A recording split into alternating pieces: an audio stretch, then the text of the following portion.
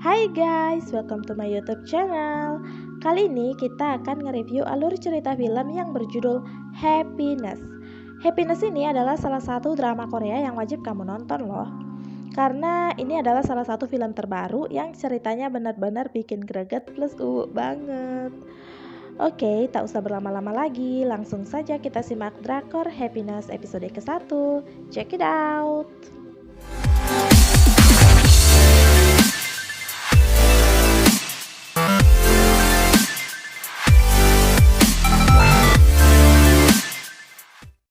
Di awal film, kita akan diperlihatkan dengan scene seorang pria yang sedang mencoba untuk bunuh diri nih, dengan duduk di atas pembatas gedung sekolah Seyang. Lalu, scene berpindah ke dalam kelas. Terlihat salah seorang siswa yang baru bangun dari tidurnya. Dia menatap ke gedung seberang tepat di mana cowok itu sedang duduk. Sepertinya dia ingin ke sana, tapi dihentikan oleh gurunya. Tak kehabisan cara, dia pun minta izin ke toilet, lalu segera pergi ke atas gedung.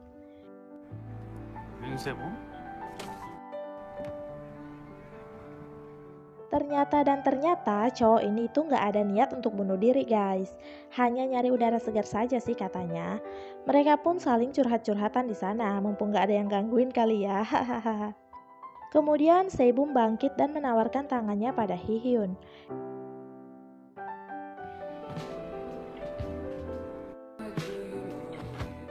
Dan yap, dia mendorong Hihyun ke bawah. Dan kalian bisa lihat wajahnya Hihyun. Baru kali ini nih ada yang jatuh dari gedung sebahagia itu kan. Dan Hihyun pun terjatuh di bantalan yang sudah disiapkan. Dan para siswa pun segera berlarian keluar. Di sini Sebum ditangkap karena sudah mendorong Hihyun. Tapi guys, di tengah kacaunya keadaan di sana, si Hihyun malah nembak Sebum.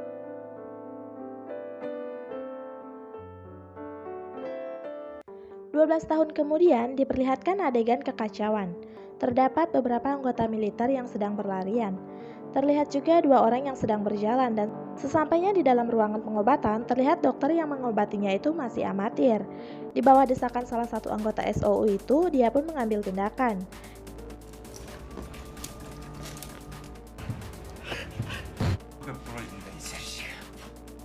Dan ternyata ini hanya sesi latihan dong. Selanjutnya, scene berpindah ke sebuah motel. Terdengar keributan dari kamar 209. Karena beberapa laporan komplain dari penghuni yang lain, resepsionis pun pergi mengeceknya. Tapi dia malah diseret ke dalam ruangan. Keesokan harinya ditemukan kasus pembunuhan di tempat yang sama.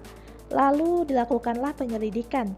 Dan kebetulan orang yang bertugas untuk menyelidiki kasus itu adalah Hihyun, yang hampir mati 12 tahun silam ya. Saat dicek, ternyata terdapat luka di bagian leher korban. Saat dicek CCTV-nya, ternyata tak terlihat pelaku yang melarikan diri. Yihyun pun mencari di sekitar situ. Dan tada, ternyata si pelaku lagi sembunyi di bawah kolong tempat tidur guys. Lalu dilakukanlah interogasi. Saat diinterogasi, si pembunuh mengaku dia seperti sedang bermimpi dan tak menyadari kalau dia sedang melakukan apa. Dia berkata hanya merasa sangat haus dan terdapat jejak darah di mulut pelaku. Kalian bisa tebak sendiri ya. Lalu scene pun berpindah ke Yeon Sebum yang lagi asik makan sama temannya. Terlihat mereka sedang antusias membicarakan soal apartemen khusus yang akan dihadiahkan kepada polisi yang memenuhi beberapa persyaratan. Dan sepertinya Sebum benar-benar bertekad untuk mendapatkan apartemen itu guys. Lalu tiba-tiba Hihyun menelponnya dan menceritakan kasus yang sedang ditanganinya itu.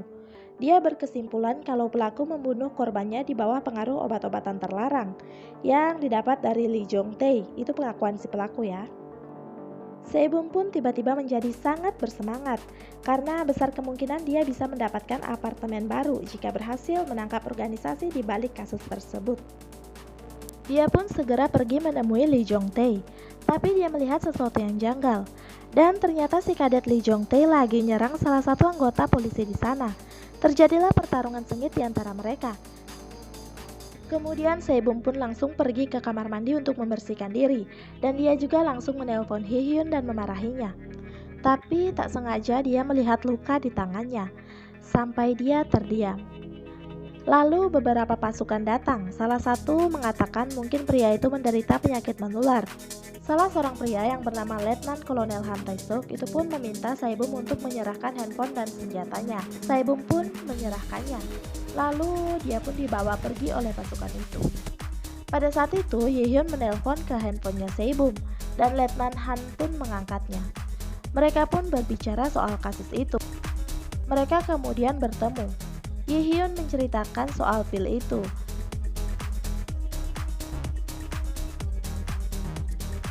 Setelah berpisah, dia segera bergegas mencari pil yang dimaksud di tempat kejadian perkara di motel ya guys. Dan finally, dia pun berhasil menemukannya. Akan tetapi, hasil tes menyatakan tersangka bersih dari narkoba. Karena itu, dia pun meminta temannya untuk menyelidiki pil itu. Di sisi lain, Sae-bum sedang dites apakah terinfeksi atau tidak. Dia diminta untuk bersaksi tentang apa yang dilihatnya siang itu. Setelah itu, dia pun ditempatkan di sebuah kamar. Dia pun langsung menelpon Ye-hyun dan menceritakan semuanya.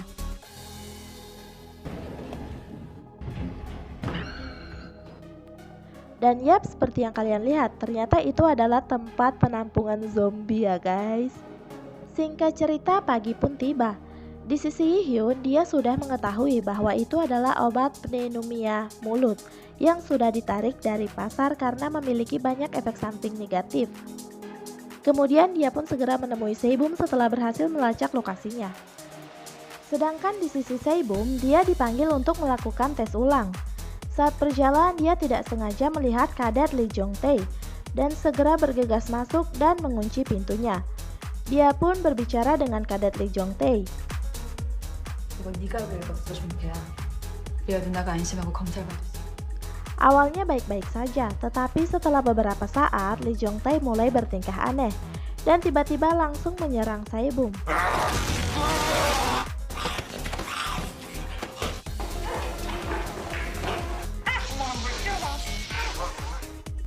Dia terlihat setengah sadar dan tak bisa mengendalikan dirinya. Kemudian Sae-bum pun menyadari ini adalah salah satu taktik dari Letnan Kolonel Han yang ingin mengetesnya. Di sisi lain, Ye-hyun sudah sampai di tempat karantina Sae-bum yang ternyata adalah pangkalan militer rahasia dan dia pun berhasil masuk berkat pil yang dibawanya. Di sisi Sae-bum, dia langsung bertanya soal tadi pada Letnan Kolonel Han. Mereka pun berbincang soal penyakit menular yang menyebabkan penderita merasa sangat haus, sehingga bahkan air pun tidak akan bisa mencukupi rasa haus mereka. Mereka saling bertukar pikiran di sana, sampai Sae-bum pun diperbolehkan keluar. Dia diperbolehkan keluar dengan catatan harus mengecek darah tiap 2 minggu. Tak menyiapkan kesempatan, Sae-bum pun langsung mengemukakan pendapat tentang sewa unit apartemen yang diincarnya itu. Yang hebatnya langsung disetujui oleh si Letnan Kolonel karena kebetulan catatan Sae-bum itu sangat bagus. Saat Sae-bum bersiap pergi, si Letnan tiba-tiba bertanya, "Apakah kamu sudah punya pacar?" Dia pun langsung menolaknya dengan halus. 나이 차이가 너무 많이 나요. Ternyata maksud si Letnan ini adalah biarpun dia memberi Sae-bum evaluasi terbaik, kalau dia belum menikah dia tidak akan berhasil mendapatkan unit apartemen itu. Kebetulan saat di luar dia bertemu dengan Ye-hyun. Mereka pun berbincang sejenak sebelum Ye-hyun menemui Letnan dan memberikan pil yang sudah dijanjikannya itu. Setelah itu Ye-hyun pergi menemui Sae-bum lagi. Di sini Sae-bum mulai berpikir sendiri dan tiba-tiba mendapatkan suatu ide cemerlang. Dan dia pun mulai mengajukan beberapa pertanyaan sampai yang terakhir, dia pun meminta Ye-hyun untuk menikah dengannya. Awalnya Ye-hyun tidak percaya, dia mengira Sae-bum ini hanya 난 농담 아닌데. tapi Sae-bum mengatakan kalau dia serius dan seorang Ye-hyun pun terkejut mendengarnya. Kira-kira mereka jadi nikah nggak ya di episode selanjutnya? Sampai di sini dulu episode ke-1 dari Drakor Happiness. Sampai jumpa di video berikutnya di episode kedua. Bye bye, jangan lupa klik like, comment, share, and subscribe. Dadah.